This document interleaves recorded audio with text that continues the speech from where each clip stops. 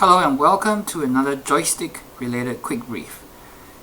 In this video I will talk about my favorite assignments to the joystick and demo how it works a little bit. I will also talk about how one button on a joystick can be assigned to multiple items, thereby expanding the use of the buttons on your joystick. And I have one question for the viewer because I have one button left which I don't know what to assign it to. So for now, let's begin. On my particular joystick, I happen to have a view hat up top and a couple of buttons around the view hat. So what I like to do, I have the view hat set up in to look at multiple views. So on the left half of your screen, if I switch on camera, if I may, you notice I have it pretty obvious. You push the hat to the left to view left, down to look down, and so on and so forth. But I have it assigned to multiple things like cockpit camera, drone camera, and external camera.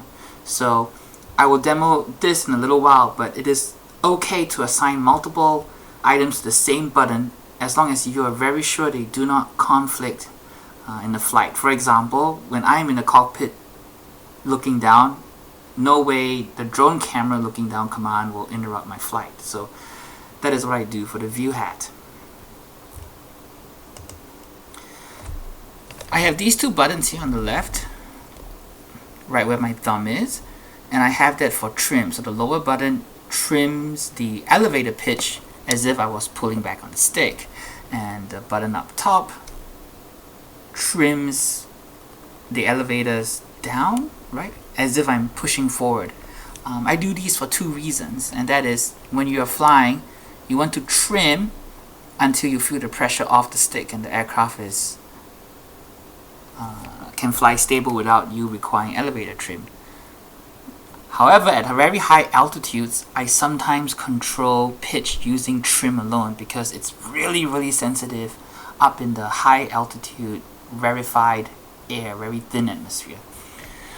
On the right side, I have my flaps. So this button down here extends the flaps or flaps down. So I will click one for flaps 1 and another time for flaps 2 and full flaps. And the top button retracts the flaps one step. So it is important to note that these are not full extension in that case. Let me see.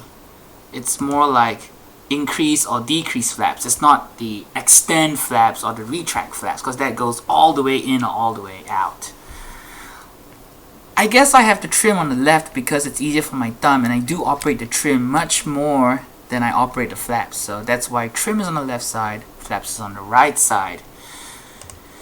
This button down here, I have it set to toggle autopilot because I feel it's important to get a good grip on your flight stick before you enable your autopilot, and you should be on the stick. Let me say that again. It's good to enable the autopilot while your hand is on stick, and it's good to be on the stick before you disengage autopilot, in my opinion.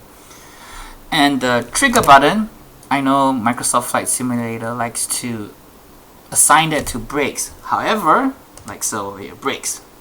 However, I have found it useful to apply that to, if I can find it, to auto throttle.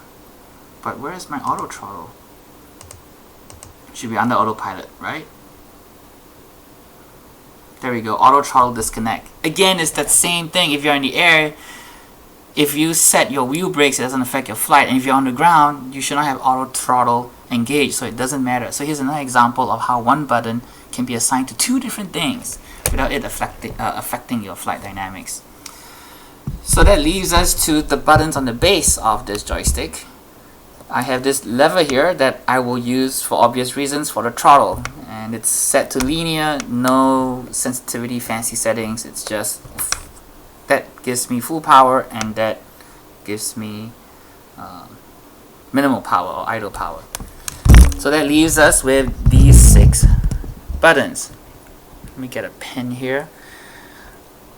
I have these 2 buttons set to heading bug. I decided to use these buttons more for the autopilot function since I tend to use those buttons more in the flight. So left corresponds to turning the heading bug knob to the left to instruct the autopilot to go left, therefore that here goes right.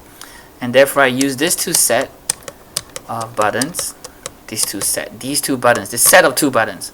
The upper button increases my autopilot speed, and the bottom button here, number 10, decreases my autopilot speed. So I have it here as increase autopilot reference speed and decrease autopilot reference speed. That leaves me with the top left button.